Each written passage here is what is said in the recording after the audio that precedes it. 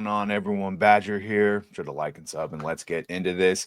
If you have played the Civilization games, then you can probably see what the problems are with this new one. Yeah, some of it is woke ideology and the Harriet Tubman leaders and the other fun things, but also the UI and the predatory amount of DLC for some of the leaders. We see here Civilization VI reaching at launch that peak all-time of 162,000, with the newest one, 7, only hitting 84,000. Now, this has, of course, been commented on, and people who talk about some of the different leaders, of course, are immediately banned on the social media. But by and large, it seems not wokeness, but just cheapness. Rushing a game release out, having a horrible scaled down UI, bugs, and then of course the people talking about how if you wanted some of those leaders, you had to pay essentially the full price of the game again to get them. You see here Firaxis and 2K promising free updates after obviously it was not well received, and the a resounding mixed on the review front. Even some of the people I play or know rather, ABF, Alec Baldwin's finger, talked about how it takes you like 40 hours into the game to really start to see and understand just how broken it is. So recently on Steam, they said, we're taking in all your feedback as we shape the road ahead for Civilization VII. Work is already underway on free updates to the game, including ongoing improvements of the UI, which is one of the major complaints, the addition of community requested features, and other quality of life updates that were in the previous games and were some reason not in the sequel. That is like a biggest sin. If there's a quality of life in an earlier game, it needs to be in the sequels. Stay tuned for more details, including a development roadmap we'll be sharing in the coming weeks, if you will.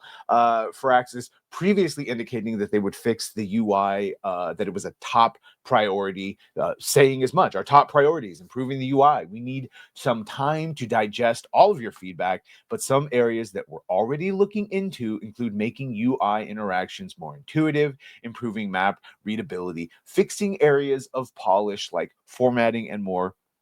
We're committed to getting this right, and we will share more details soon. And yeah, as you could see, it's just been roasted in the review sections.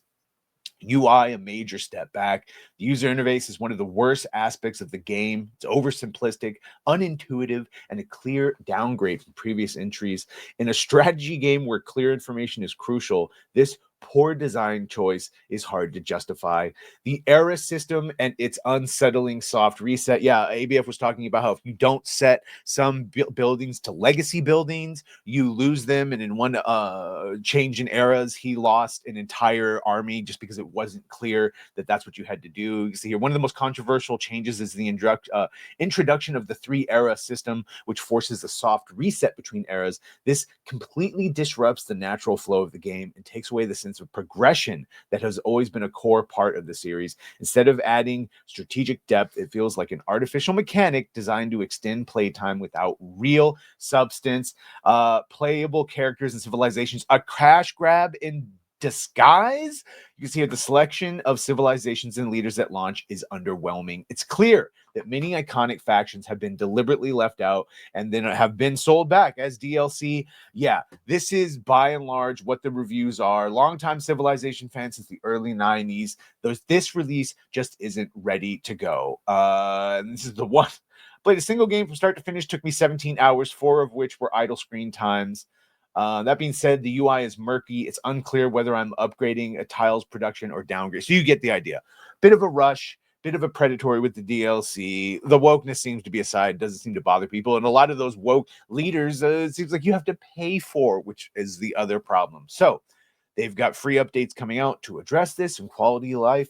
But in the meantime, first impressions are everything. And as we showed at the beginning of the video, going from a peak all-time of 162 to half of that at 84, that ain't good for anyone. Now, we've also had No Man's Sky and Cyberpunk and all these other ones that had less than stellar launches and then put in significant work to have, a comeback story, phrasing. And that might be this. Either way, a lot of people, after feeling alienated, might just say, I don't care. Either way, you let me know what you think. Are you even playing this? Yes, no, maybe so. Either way, make sure to like, share, and sub. If you have done that, thank you. If you're going to do that, thank you. And Well, bye.